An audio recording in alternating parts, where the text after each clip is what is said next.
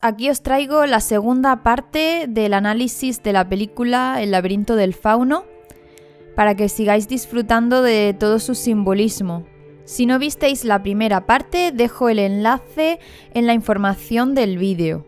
Luego, por otra parte, hay una escena en la película en la que la mamá Carmen le pide a Ofelia, que por cierto le han puesto el nombre de loca, ¿no? Ofelia era la eterna enamorada de Hamlet en la obra de Shakespeare, que acaba volviéndose loca cuando su padre muere. Y bueno, Ofelia ha perdido a su padre también en la película y de alguna forma está loca para los demás que no saben ver lo invisible. Su mundo espiritual es visto como fantasía, como tontería, de ahí que sea una loca. En los cuentos un loco no es un enfermo mental, sino una persona inadaptada socialmente, una persona que se sale de los cánones sociales, que no está acostumbrada a vivir en sociedad y por lo tanto va más allá y es tomada por loca por las demás personas que siguen unas pautas de comportamiento estrictas. Y Ofelia representa ese romper con lo social e ir más allá. De ahí que me parece genialmente elegido el nombre, y es un poco también como el loco del tarot, que ya vimos que es alguien que es visto como loco, pero no está tan loco, es un idealista, un soñador, alguien que, bueno, tiene la cabeza en las nubes, va más allá. El cuento que le cuenta Ofelia a su hermanito, que está todavía dentro de su mamá, es el siguiente. Hace muchos, muchos años, en un país muy lejano y triste, existió una montaña de piedra negra y áspera. Al caer la tarde, en la cima de esa montaña, florecía todas las noches una rosa que otorgaba la inmortalidad. Sin embargo, nadie se atrevía a acercarse a ella, pues sus numerosas espinas estaban envenenadas. Entre los hombres solo se hablaba del miedo a la muerte y al dolor, pero nunca se hablaba de la promesa de la inmortalidad. Y todas las tardes la rosa se marchitaba sin poder otorgar sus dones a persona alguna, olvidada y perdida en la cima de aquella montaña de piedra fría, sola hasta el fin de los tiempos. De alguna forma, Ofelia está narrando su propia búsqueda. La flor azul fue tomada en el romanticismo, en el siglos XVIII, XIX, fue tomada en el movimiento del romanticismo como un símbolo de lo trascendente, de la búsqueda de lo espiritual y por lo tanto también de la inmortalidad, como se nos cuenta en la película. Lo azul, porque el azul es el azul cielo, el azul de lo celestial. De ahí los príncipes azules, del hada de los cabellos turquesa, de Pinocho, ¿no? La tenemos representada también. Todos, siempre que vemos el color azul, nos estamos refiriendo a algo del ámbito espiritual. Pero para encontrar la inmortalidad había que superar las espinas. Recordemos que la rosa florece en una montaña de piedra negra y áspera. Es una montaña desértica, es un desierto porque el sol la ha achicharrado, la ha quemado, ¿no? El pensamiento solar, prosaico, terreno, ha hecho que se queme la tierra hasta que sea áspera y negra. Digamos, el sol nos da la vida cuando está equilibrado, pero un exceso de sol trae sequía y trae, lo desértico, ¿no? También la rosa es representación de la iluminación espiritual y de lo femenino, de la diosa. La rosa se ha visto tradicionalmente como una metáfora del sexo femenino, por lo tanto de todo el simbolismo de lo femenino que ello conlleva. La vemos ya en el libro iniciático del Asno de Oro, de Apuleyo. Vemos que él es convertido en burro y para volver a ser humano, necesita comer una rosa. Esto es parecido a lo de Pinocho, ¿no? Todos somos burros hasta que nos comamos esa rosa, ¿no? El burro es el ignorante. Tiene que comer la rosa de la sabiduría. Este simbolismo lo retoman los rosacruces, ¿no? Que ponen la cruz de Cristo con la rosa en el corazón, ¿no? En medio de las dos aspas, de lo terrenal y lo celestial unidos, porque esas son las dos aspas de la cruz. Unir el cielo y la tierra, el trabajo alquímico que da la rosa, el florecer de la rosa del corazón, ¿no? La rosa tiene en Occidente y en Europa como un simbolismo similar al del loto en Oriente. Entonces, bueno, de alguna forma nos está hablando de que todos tenemos acceso a la iluminación, a la inmortalidad, pero no nos preocupamos mucho, andamos con el miedo a la muerte y al dolor y nos olvidamos de que hay una promesa de algo más. Ese es el cuento de Ofelia que le cuenta a su hermano, ¿no? Le está haciendo ver al hermano que hay algo más, que él sí busque esa rosa, ¿no?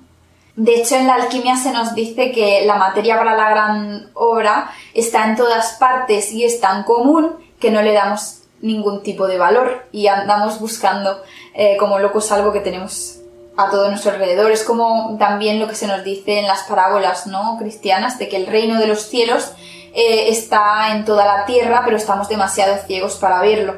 También me recuerda a la Bella Durmiente, la Bella Durmiente que está en medio de un mar, tras un bosque de espinas, ¿no? Y ojo, el príncipe no llega cuando le da la gana, llega cuando han pasado 100 años y es el momento preciso en el que esa rosa esa princesa va a ser, debe despertar de forma natural, no la despierta con un beso ni nada.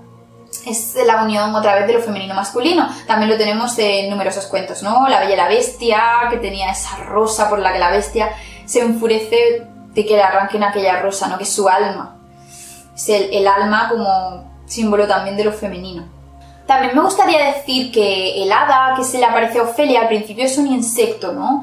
Y tiene un aspecto desagradable, sin embargo ella lo ve como una hada maravillosa. Ella está viendo más allá de las apariencias, está viendo las señales y sincronías que nos trae la vida, pero las está viendo con el corazón, no con los ojos físicos. La segunda vista no viene de los ojos físicos, viene del corazón, y ahí es donde ella está viendo que es un hada. Y de hecho, ella al colocar el ojo que le faltaba a la escultura, al colocar la visión de lo lunar, ahí es cuando Ofelia recibe un guía para el mundo espiritual, lo que en la tradición europea se llama un espíritu familiar. Esto lo tenían las brujas, ¿no?, ya llamadas brujas. Hoy día se está revalorizando la palabra, pero antaño era peyorativo, ¿no? Las personas que ya tenían contacto con ese otro mundo pues tenían una serie de guías espirituales y primero le llega en forma de hada. En los cuentos vemos que las hadas toman la forma que nosotros les demos con nuestra fantasía. Las hadas son un espejo de nosotros mismos, un espejo de nuestro inconsciente, de lo lunar que hay en nosotros, de la parte espiritual oculta de nosotros mismos. Así, cuando el hada visita de noche a Ofelia, sigue siendo un bicho, pero Ofelia le abre un libro de cuentos de hadas y le dice: ¿eres un hada? Dice: mira, esto es un hada. Y entonces el insecto imita esa forma que está viendo en un libro. Esta escena es importante para darnos cuenta de cómo las hadas son representación de nuestro propio inconsciente y cómo ellas van a ser un espejo de lo que llevamos dentro. Toma la forma de lo que para Ofelia es un hada según sus libros de cuentos. Este espíritu guía es el que le va a llevar hasta el centro del laberinto sin que se pierda. De noche, ojo, los viajes iniciáticos de Ofelia tienen lugar de noche, son 3 pruebas, como en toda iniciación hay 3 escalones principales de iniciación hasta llegar al final de la gran obra. Y el primero, la primera vez le guía hasta allí y ella empieza: hola eco, y ahí es cuando le responde el fauno, ¿no? Sois vos, habéis regresado, y le pide que no se asuste, ¿no? Entonces el fauno es maravilloso porque el fauno realmente vuelve a la vida en el momento que ella le coloca el ojo que le faltaba. El fauno es la contraparte de Vidal. Ahí tenemos a Vidal como lo masculino terrible, ¿no? Un asesino, un psicópata. Es lo solar exacerbado, ¿no? Es lo masculino solar. Pero el fauno es lo masculino lunar. Es el consorte de la diosa.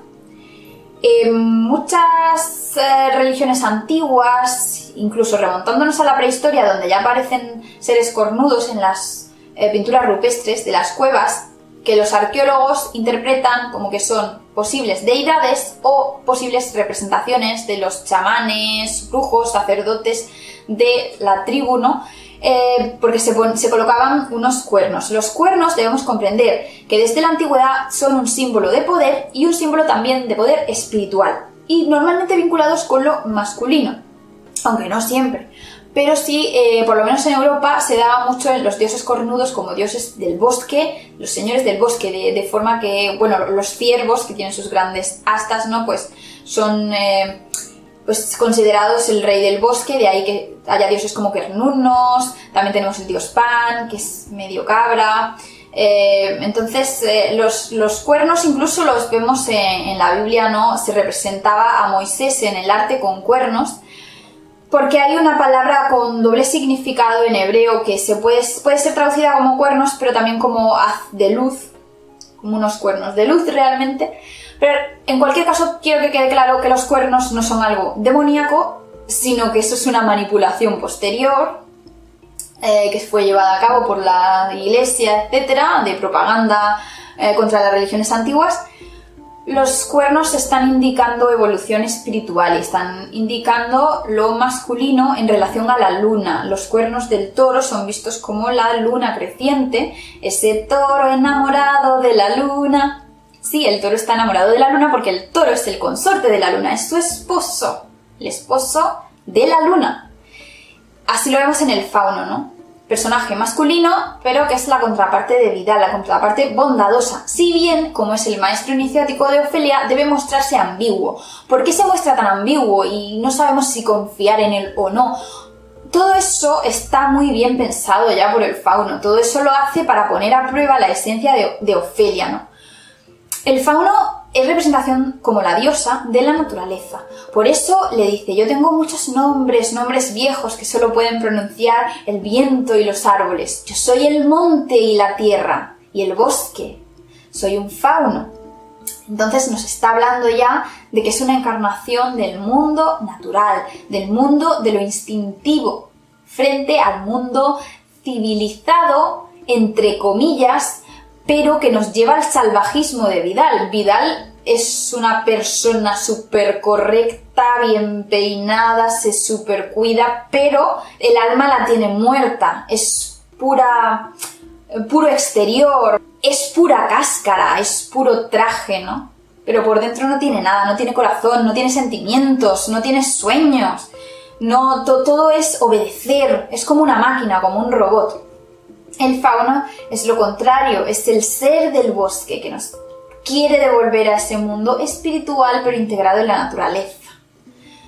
Entonces ahí es cuando el fauno le revela, ¿no?, lo que va a pasar a continuación, que van a empezar una serie de iniciaciones. Vos sois la princesa Moana, hija del rey del mundo subterráneo.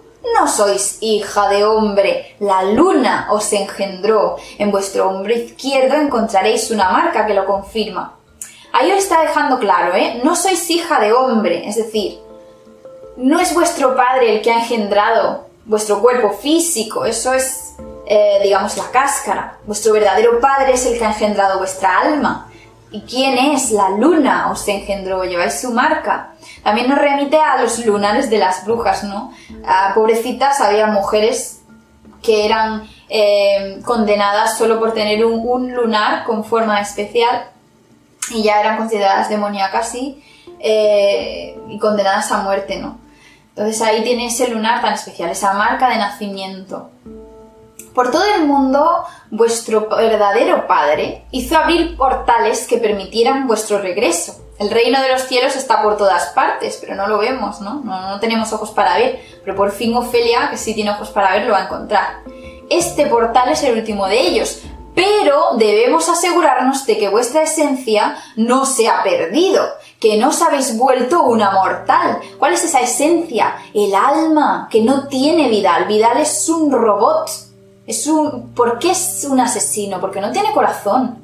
Ofelia es todo lo contrario, es todo corazón, es todo interior, es ver más allá de la apariencia, ¿no? Sin embargo, se nos hace mucho hincapié en que Vidal está muy preocupado de su apariencia. Es lo que dice Jesús, es un sepulcro blanqueado. Así le llamaban los fariseos hipócritas, sepulcros blanqueados.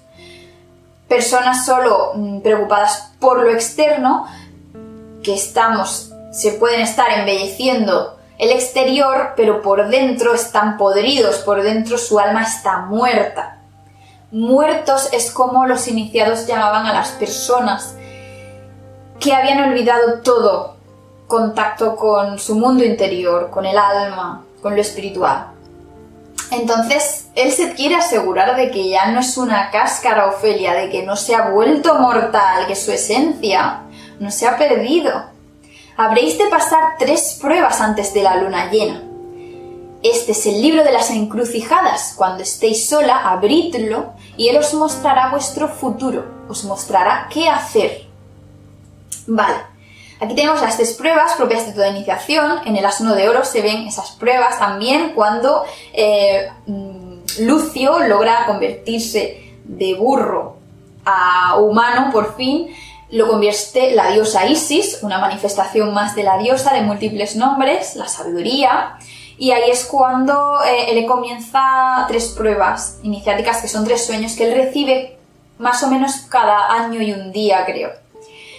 Bueno, pues Ofelia no va a pasar cada año y un día porque, claro, tienen que condensarlo de la luna nueva hasta que llegue la luna llena, ¿no? Cuando... Es una metáfora también. La luna, ya lo hemos visto en otros vídeos, la luna creciente es la doncella, es la parte de la diosa que es la doncella, llena es la diosa plena, es la madre, la plenitud, etc., la vida adulta, y decreciente, que es la sabia anciana. Pues ahí tenemos a Ofelia, que es la doncella, la luna creciente, y cuando llegue a la máxima iniciación va a ser luna llena, ya va a ser una mujer, porque Ofelia es una adolescente, está en plena pubertad, tiene unos 13 años y está en pleno camino hacia la vida adulta, ¿no? Está pasando una iniciación tanto en su vida física, terrena, por todas las cosas duras que está pasando, pruebas muy duras que le pone la vida, pero también está pasando esas pruebas espirituales del fauno que son un reflejo lo uno de lo otro, como es arriba, es abajo, que dice la antigua máxima. Ofelia le entregan un libro y le dicen que ahí va a encontrar respuestas, pero el libro está vacío. ¿Por qué el libro está vacío? Porque Dios, lo espiritual, nuestro centro, la iluminación, no se puede encontrar con la guía de ningún libro, por muy sagrado que lo consideremos, porque Dios no escribe en libros, Dios escribe en la naturaleza y dentro de nosotros mismos, y ahí es donde debemos buscar. Os mostrará vuestro futuro, pero no sale nada porque el futuro no está escrito. El libro le va dando lo que necesita en el momento oportuno, porque es un reflejo de sí misma, es el libro que ella lleva dentro.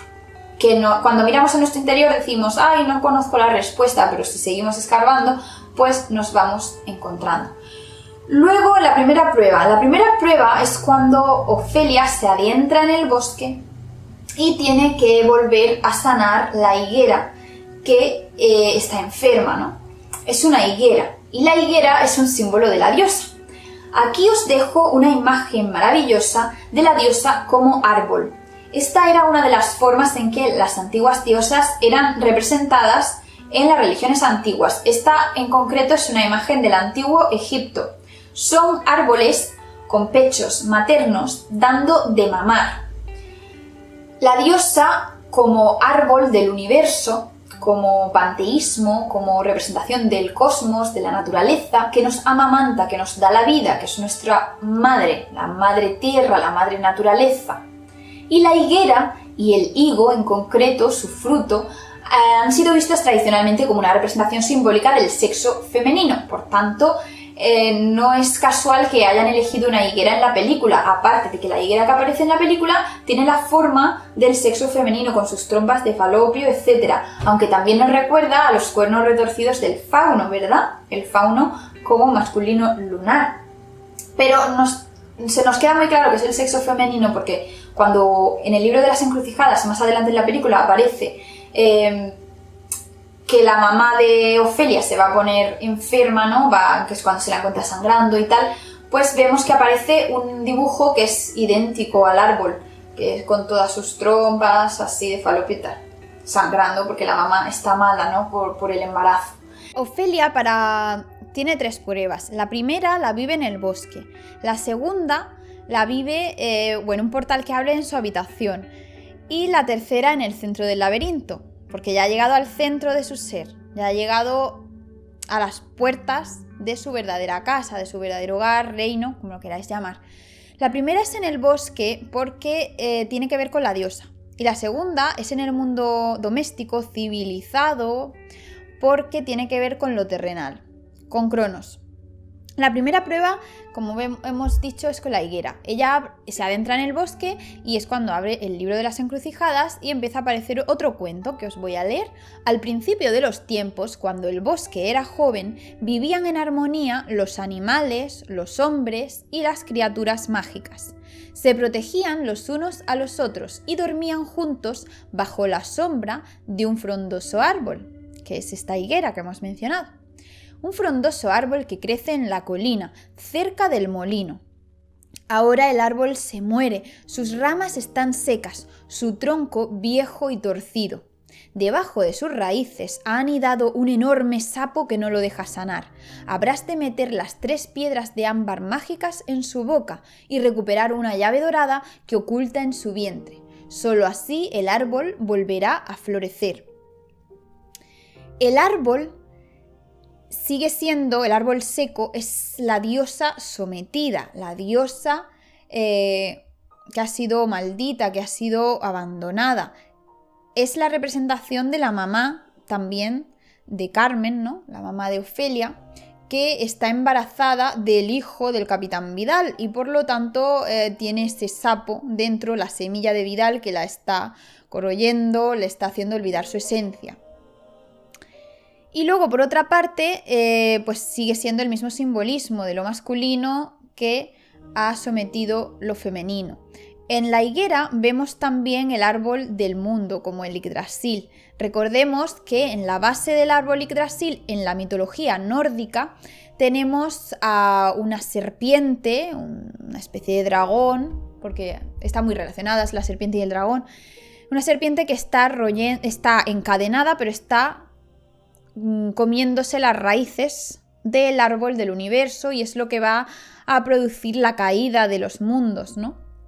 Pues aquí tenemos un sapo, el sapo como símbolo de lo masculino en su forma más brutal, ¿no? Tenemos a los sapos de los cuentos que, si son sublimados, se convierten en príncipe azul, en príncipe celestial. Pero aquí todavía es un sapo que está comiéndose a la pobre higuera, a la pobre diosa, y también es una representación de Cronos, como ya hemos visto. Es muy importante la escena antes de que ella llegue al árbol, porque la mamá, bueno, el capitán Vidal va a hacer una reunión social y la mamá, ¿no?, de Ofelia dice que le va a dar una gran sorpresa. Y ella le pregunta, ¿va a ser un libro? Y dice la madre, no, va a ser mucho más que un libro. No les gusta a ellos que Ofelia lea mucho, porque leer hace pensar y pensar hace desobedecer, ¿no? Pensar por uno mismo. Y esa es una idea que se repite mucho en la película. Ofelia desobedece constantemente. No acata las órdenes, sin pensar.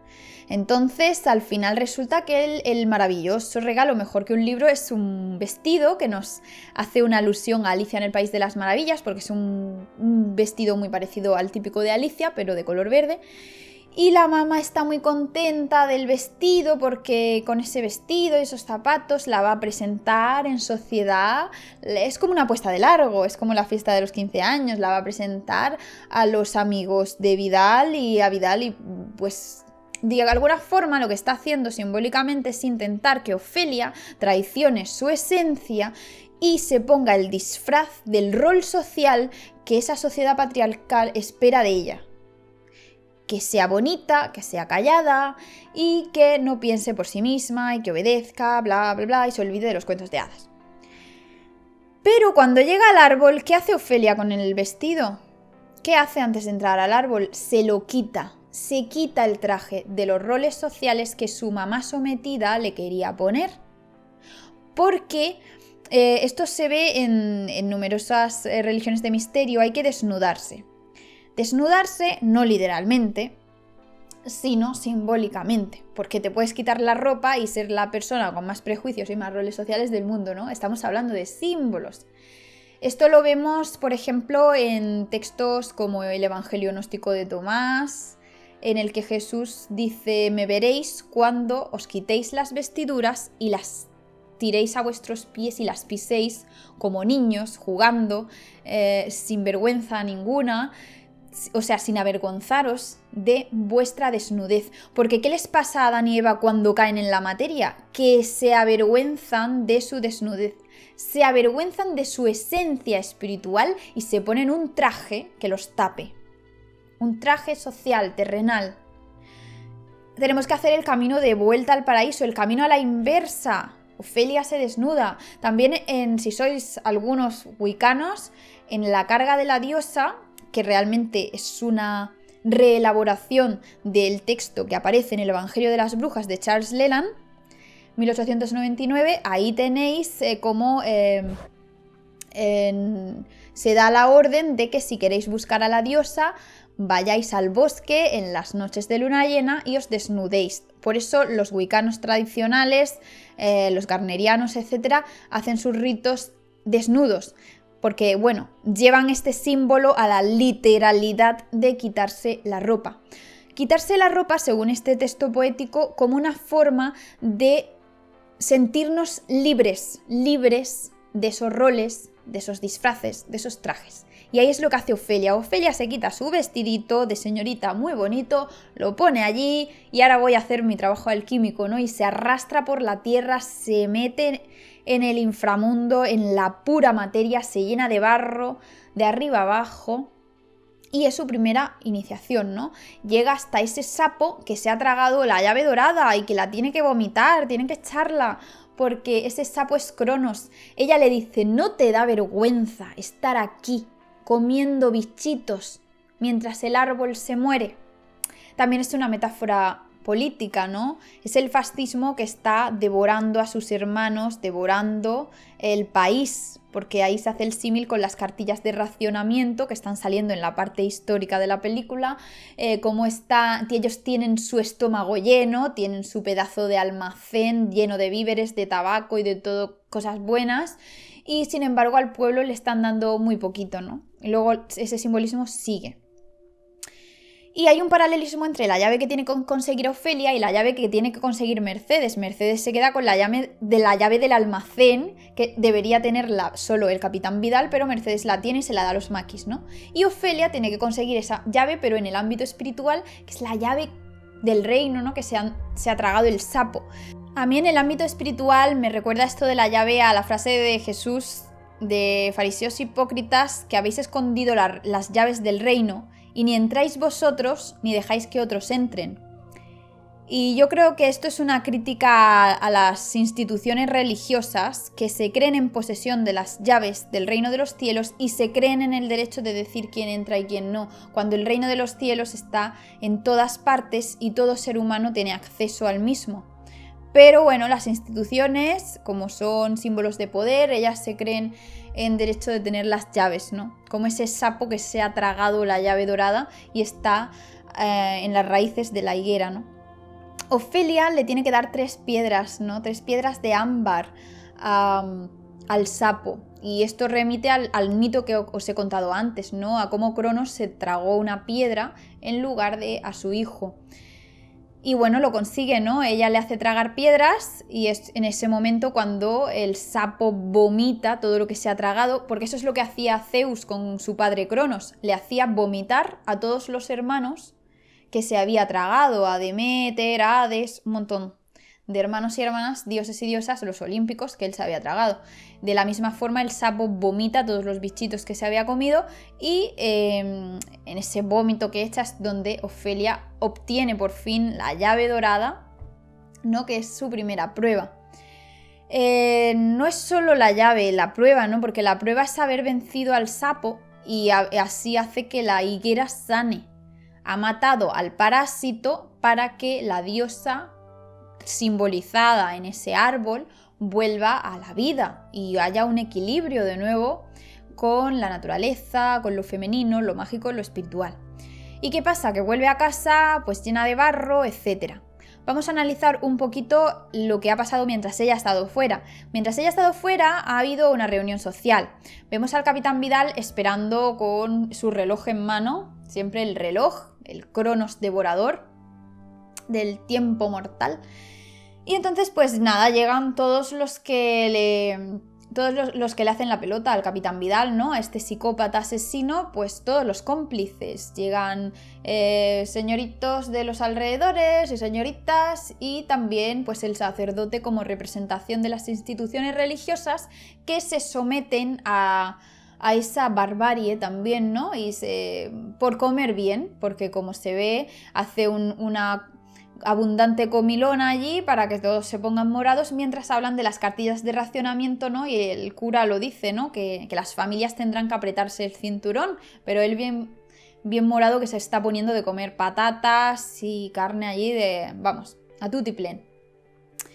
En esta comida vemos eso, cómo todos son cómplices, distintas partes de la sociedad que son cómplices de este pensamiento solar, se someten pues por miedo, por conveniencia, por apegarse al poder y por comer bien, ¿no? Por apego a lo terrenal, a lo material, a la riqueza, y el espíritu, la diosa, todo eso está bien enterrado, ¿no?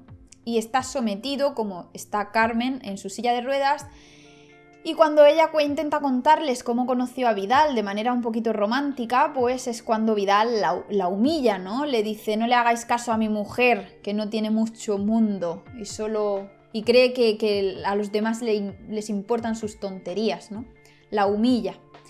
Cuando Ofelia aparece, obviamente es castigada, sin cenar, pero ella está satisfecha de lo que ha hecho. Ella no se siente culpable, porque cuando la madre le dice: me has decepcionado y sobre todo has decepcionado a tu padre, ¿no? Al falso padre, claro, al Capitán Vidal.